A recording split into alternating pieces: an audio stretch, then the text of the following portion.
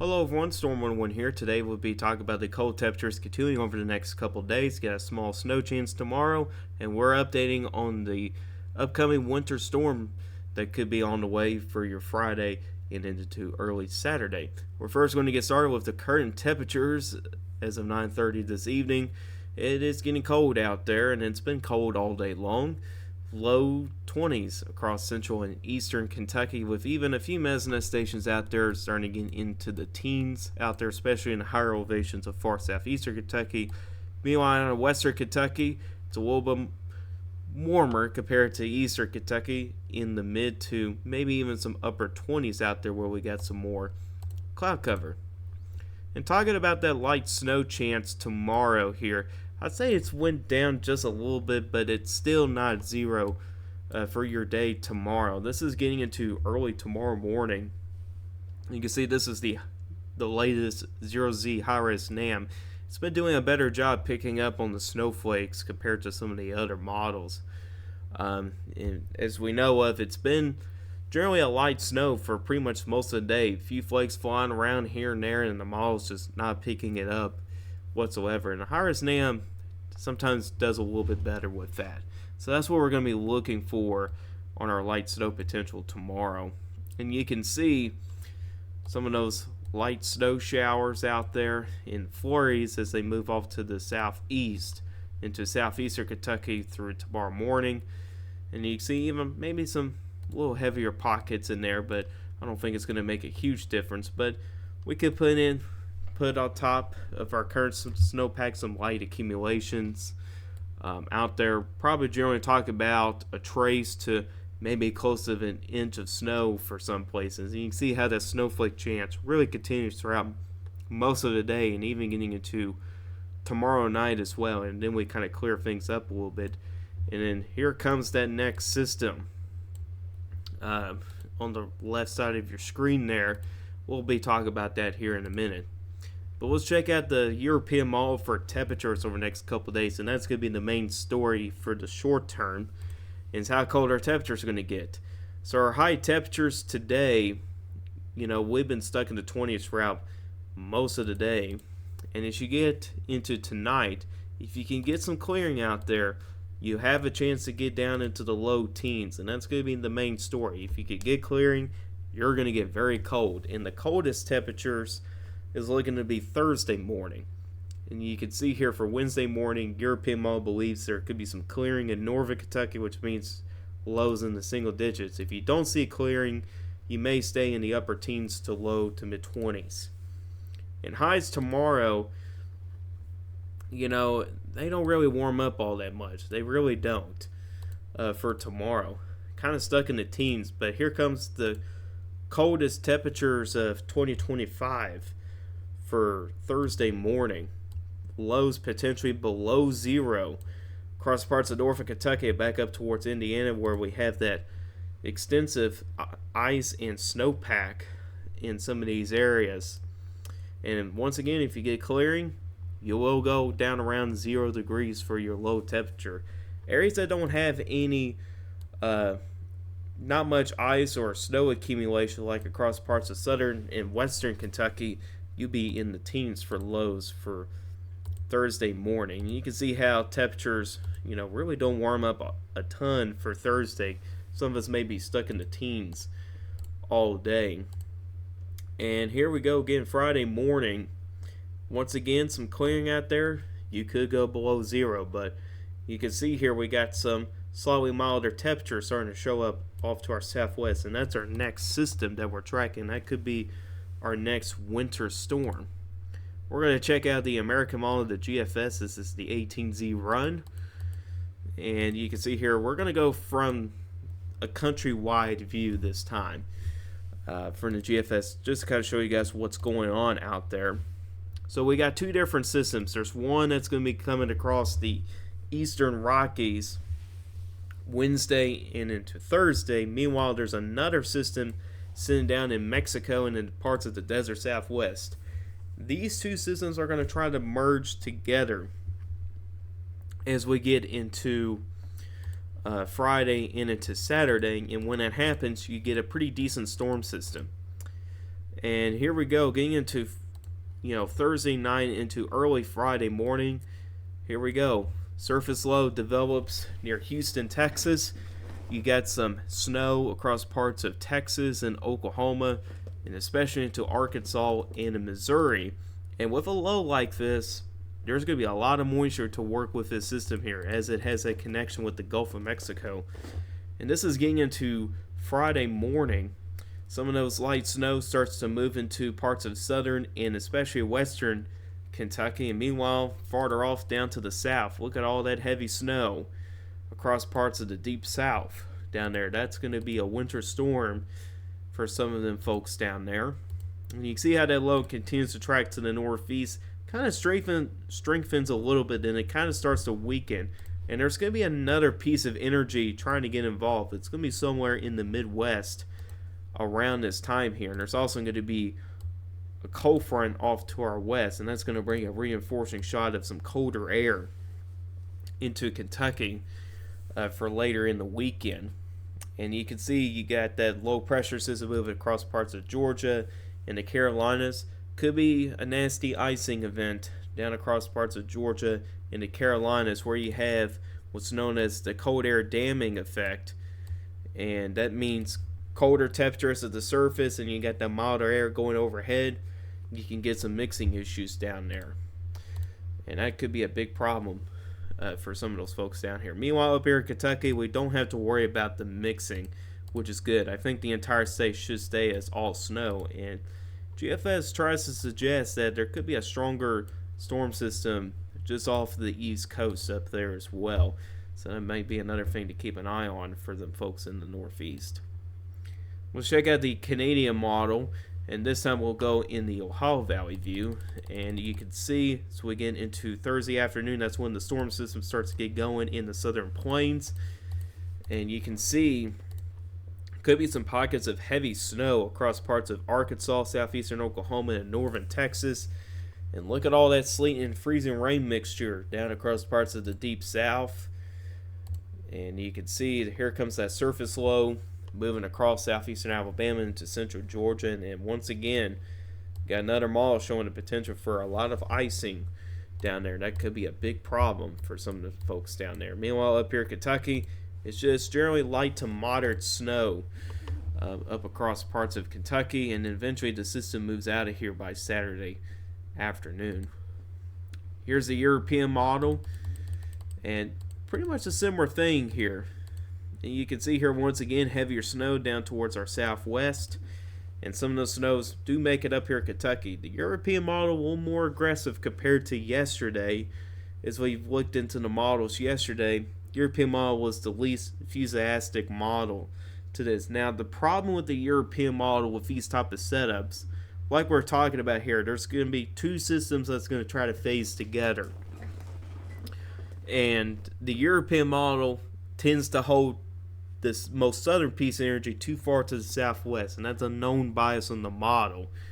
So I'm not going to go too deep with the European model just because of that reason. I think this model is going to struggle more than the rest of the model guidance just because of that bias.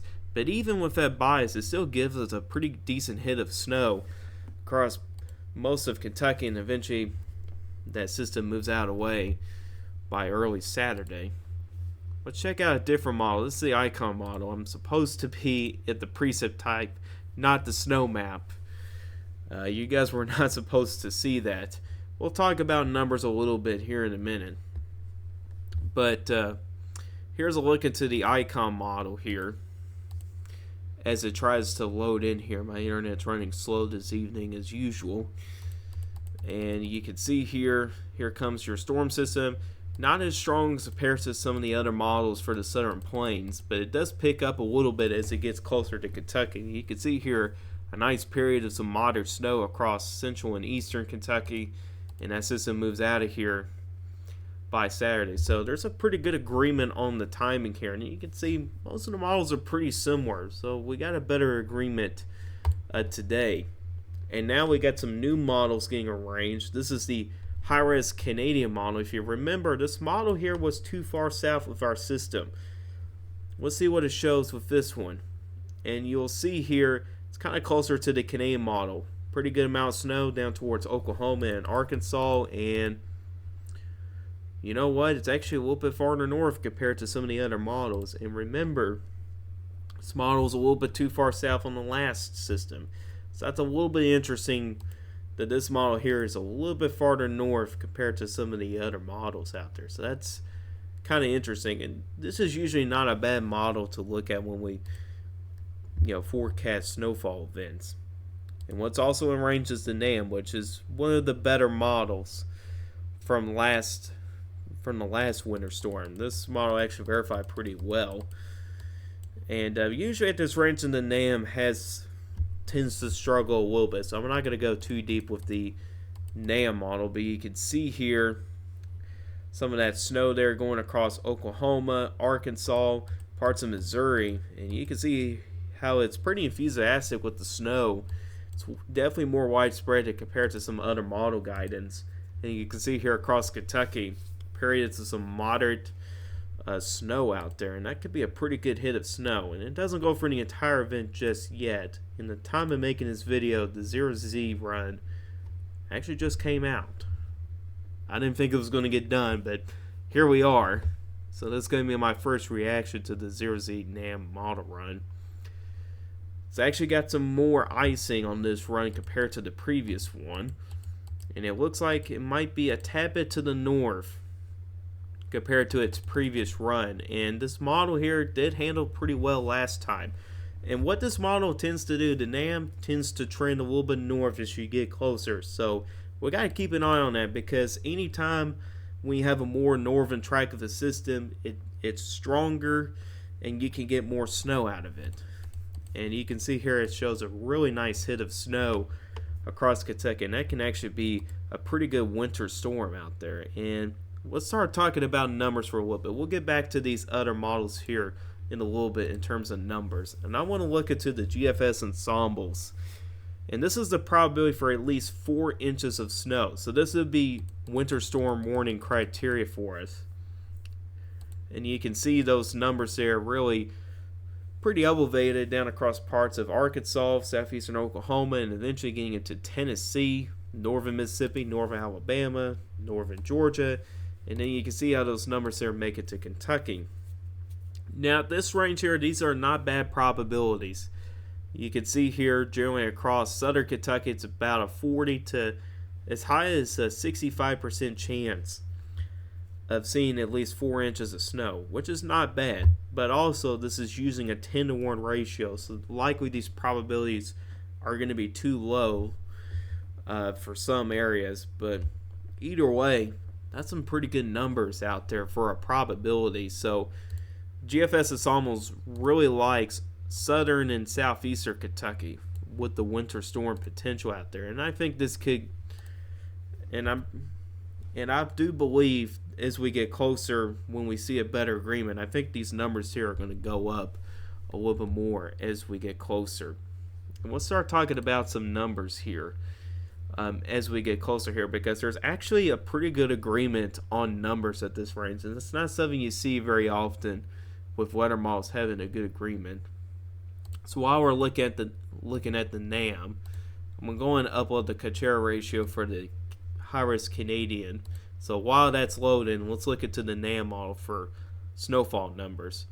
And remember, at least 4 inches of snow is considered winter storm warning criteria. And you can see we do have quite a few 4+ inches snow numbers from the NAM, with the highest amounts in southeastern Kentucky. And I think that's where the highest amounts are going to be for this storm. It's going to be southeastern Kentucky. And you can see how the amounts decrease the farther north and west you go. And these numbers are probably going to change as we change a little bit more as we get closer, especially considering this is towards the end of the NAM model run. So I expect some changes from this model as we get closer.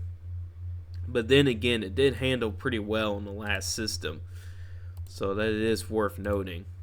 This is the high-risk Canadian when it comes to snowfall numbers. It doesn't go for the entire event just yet, but you can see it's a lot more enthusiastic with the snow, especially off to our southwest, showing potential for 12 inches of snow.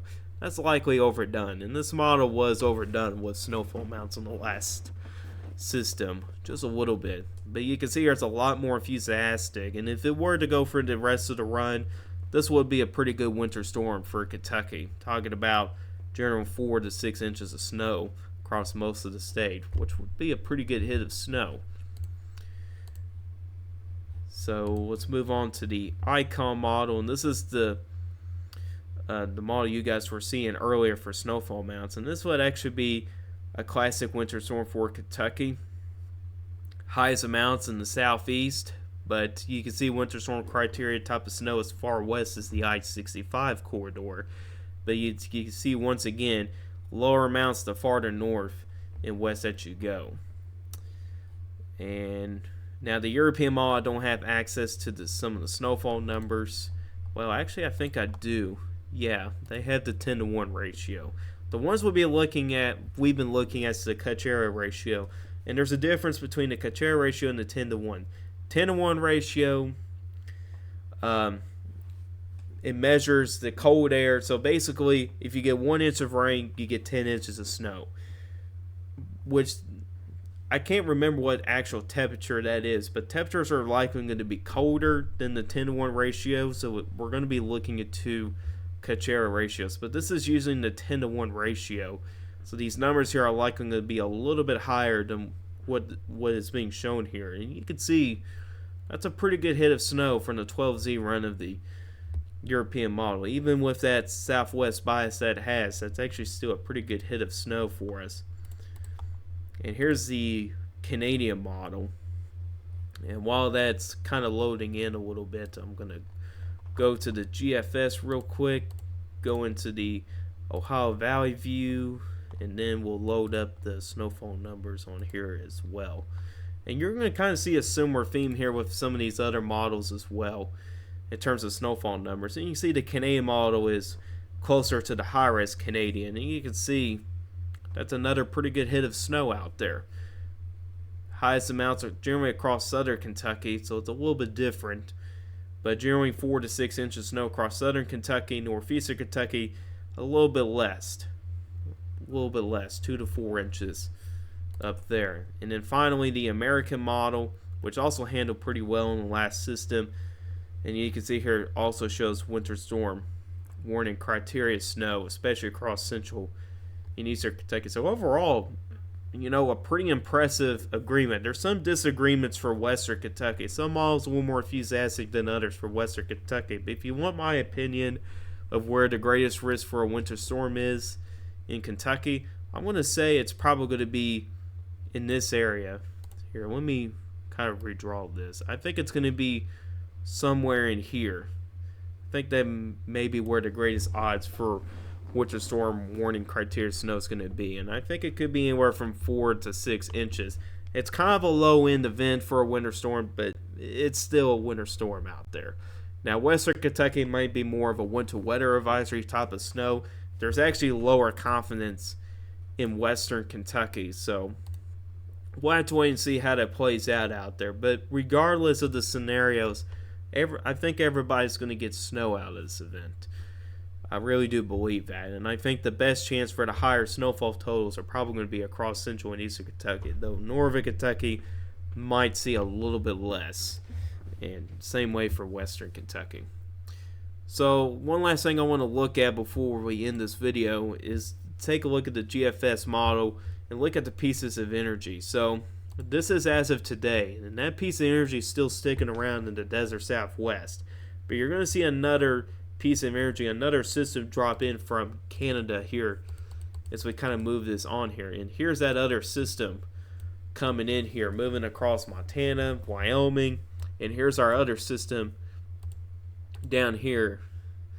I did not mean to hit that. And watch how these two systems here get together as they get into the desert southwest. And you can see how they merge together right there. And also there's another system that tries to come into play, and that's going through the upper Midwest Friday.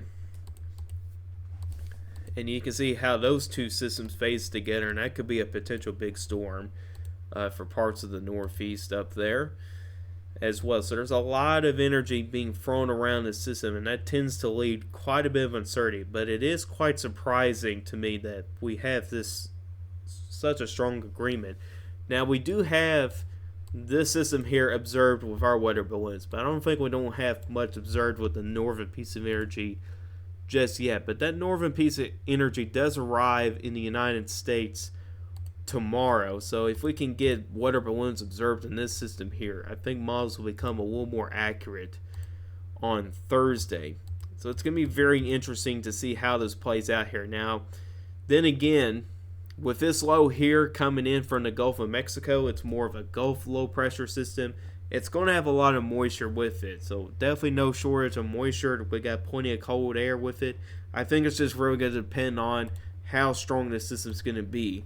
Because this ends up being a stronger system, this can be a bigger snow for us. But if it ends up trending weaker and be more suppressed to the southeast, that can mean less snow, and that could be more of a winter weather advisory type of snow than a true winter storm. So we'll have to wait and see as we get closer. But regardless, though, I think winter storm potential is increasing still with this system here, and I think some of us can get a pretty good snow out of this. But we probably won't have a forecast out of the system, I probably would say, until Thursday, or maybe even as early as tomorrow if this strong agreement does continue. But anyways, guys, this is all I got for you guys today. Hope you guys enjoyed this video. If you guys like this video, hit that like button. If you really like my channel, hit the subscribe button. Hit the bell notification so you never miss an upload. If you guys got any questions, you can put a comment section down below. I'll answer you guys questions. I'll see you guys in the next video. Goodbye and have a good day.